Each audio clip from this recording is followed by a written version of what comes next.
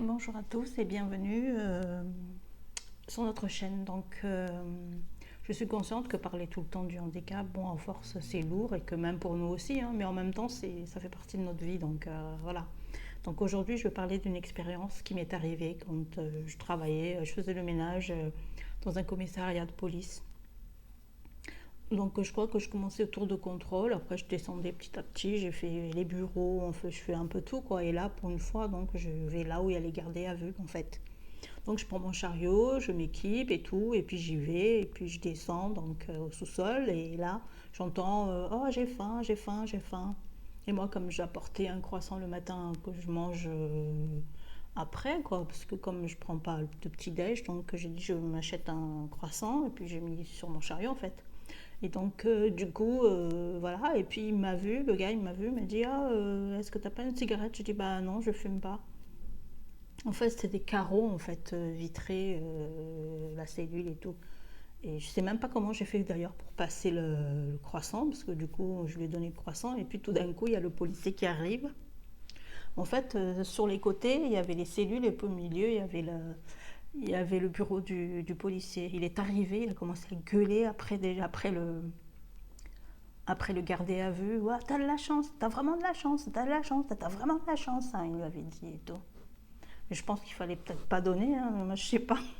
Je savais pas moi, hein, c'était la première fois que je suis dans des cellules comme ça, donc je ne sais pas du tout comment ça se passe, hein.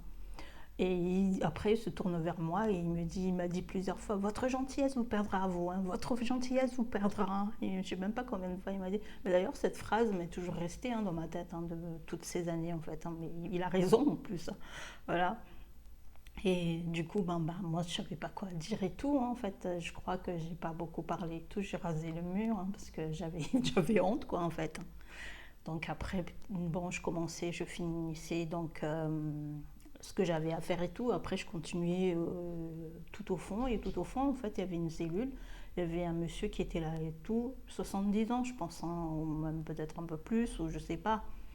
Et là, pendant que je nettoyais, je le regardais et tout, et je voyais qu'il était prostré, un pauvre malheureux, comme si en fait il était là, mais par erreur, quoi. Et donc, il y a le policier qui arrive d'un coup aussi. Je crois qu'il a dû me voir de loin et tout, me dit ouais, mais dis, ne faites pas cette tête-là. Ça se voyait sur ma tête, hein, que j'avais la compassion pour lui. Dans ma tête, je me dis oh le pauvre. Et il a dit, il n'est pas là par hasard, il a dit, hein. Tous ceux qui sont ici ne sont pas là par hasard. Il a dit, dites-vous ça bien dans la tête, hein. Il me dit, il ne faut pas avoir pitié de ces gens, hein. Alors que je ne lui ai même pas parlé, comment il sait que j'avais pitié?